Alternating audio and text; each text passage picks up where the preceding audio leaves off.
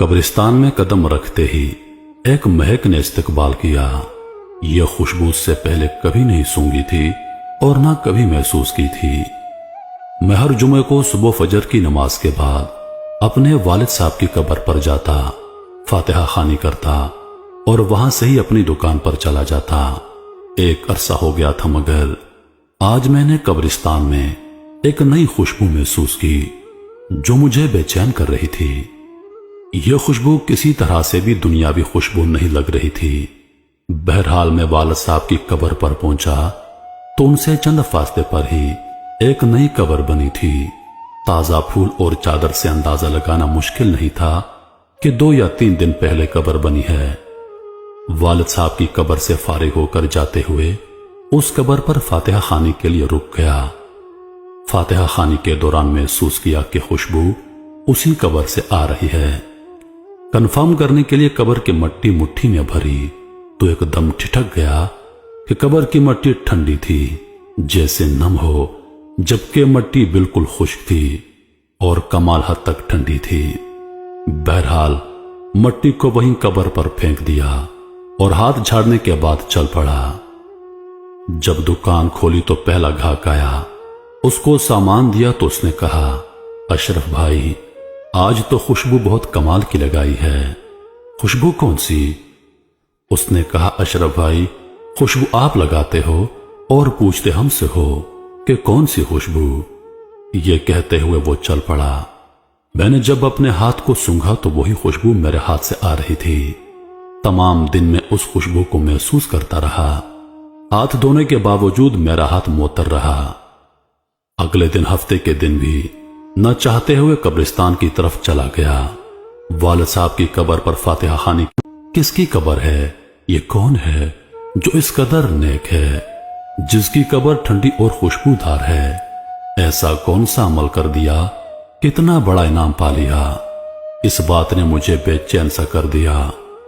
گورکن سے اس قبر کے متعلق پوچھا تو اس نے بتایا کہ خاتون کی قبر ہے۔ یہ جان کر اور بھی حیرت ہوئی کہ عورت کو اس قدر شاندار مقام کیسے ملا۔ اگلے دن اتوار تھا۔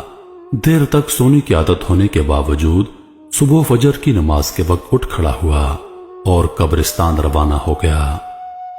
قبرستان میں داخل ہوا تو کیا دیکھتا ہوں کہ اسی خاتون کی قبر پر ایک بارش آدمی قرآن خوانی کر رہا ہے۔ میں والد صاحب کی قبر پر فاتحہ خوانی کرنے لگا۔ فاتحہ خوانی کے بعد میں نے اس آدمی کی طرف دیکھا جو اب دعا مانگ رہا تھا۔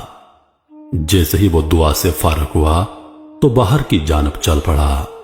اس کو جاتا دیکھ کر میں بھی اس کے پیچھے ہو لیا۔ جیسے ہی وہ گیٹ سے باہر نکلا میں نے آواز دی، سر بات سنیے۔ جی فرمائیے۔ سر میں معذرت چاہتا ہوں، میں نے آپ کو تکلیف دی، مگر میں آپ سے ایک بات پوچھنا چاہتا ہوں اگر آپ اجازت دیں۔ جی پوچھئے کیا بات ہے؟ انتہائی محبت سے اس آدمی نے جواب دیا، شکریہ سر، جزاک اللہ۔ میں دراصل جاننا چاہ رہا تھا کہ یہ کن کی قبر ہے جہاں پر آپ قرآن خوانی کر رہے تھے؟ اگر آپ مناسب سمجھیں تو بتا دیجئے۔ یہ آپ کیوں پوچھ رہے ہیں؟ اس آدمی نے سوال کیا۔ دراصل اس قبر سے آنے والی خوشبو نے مجھے بے چین کر دیا ہے۔ ایسی خوشبو میں نے آج تک محسوس نہیں کی۔ مجھے یہ دنیاوی خوشبو نہیں لگتی۔ میں جاننا چاہ رہا تھا کہ صاحب قبر نے ایسا کون؟ یہ سن کر اس آدمی نے ٹھنڈی آہ بھری اور کہا، قبر ٹھنڈی اور خوشبودار کیوں نہ ہو، اس نے اللہ کو راضی کیا ہے۔ جی میں یہ جاننا چاہ رہا تھا کہ ایسا کون سا عمل ہے جس سے یہ سعادت نصیب ہوئی۔ اس نے بتایا کہ یہ میری زوجہ کی قبر ہے۔ میں 4 بہنوں کا اکلوتا بھائی ہوں۔ میری بہنوں اور ماں کو میرا صحرا دیکھنے کا بے حد شوق تھا۔ سرکاری نوکری ملتے ہی چاند سی دلہن کی تلاش شروع کر دی گئی۔ یوں دنوں میں لڑکی کی تلاش کا کام مکمل ہو گیا اور ماں اور بہنوں نے اپنے ارمان دل کھول کر پورے کر دیے۔ شادی کی پہلی رات میں نے گھونگھٹ اٹھانے سے پہلے اپنی پگ اس کے قدموں میں رکھتے ہوئے صاف الفاظ میں بتا دیا کہ مجھے معاف کر دو، میں حق زوجیت ادا کرنے سے بالکل قاصر ہوں۔ میڈیکلی طور پر مکمل انفٹ ہوں۔ صرف اپنی والدہ اور بہنوں کی خوشی کی خاطر خود غرض بن گیا ہوں۔ اس نے وہ پگ میرے سر پر رکھتے ہوئے کہا، آپ جیسے بھی ہیں میرا سہاگ ہیں، میرا نصیب ہیں، مجھے اب آپ کے ساتھ رہنا ہے۔ اس دن کے بعد اس اللہ کی بندی نے میرے ساتھ 30 سال گزارے، میرے گھر والوں کی ہر بات برداشت کی، بانجھ ہونے کے تانے سنے مگر میرا پردہ رکھا۔ اللہ کیسے اس کی قبر کو ٹھنڈا اور خوشبودار نہ کرے جس نے اتنی پاک باز زندگی گزاری ہو۔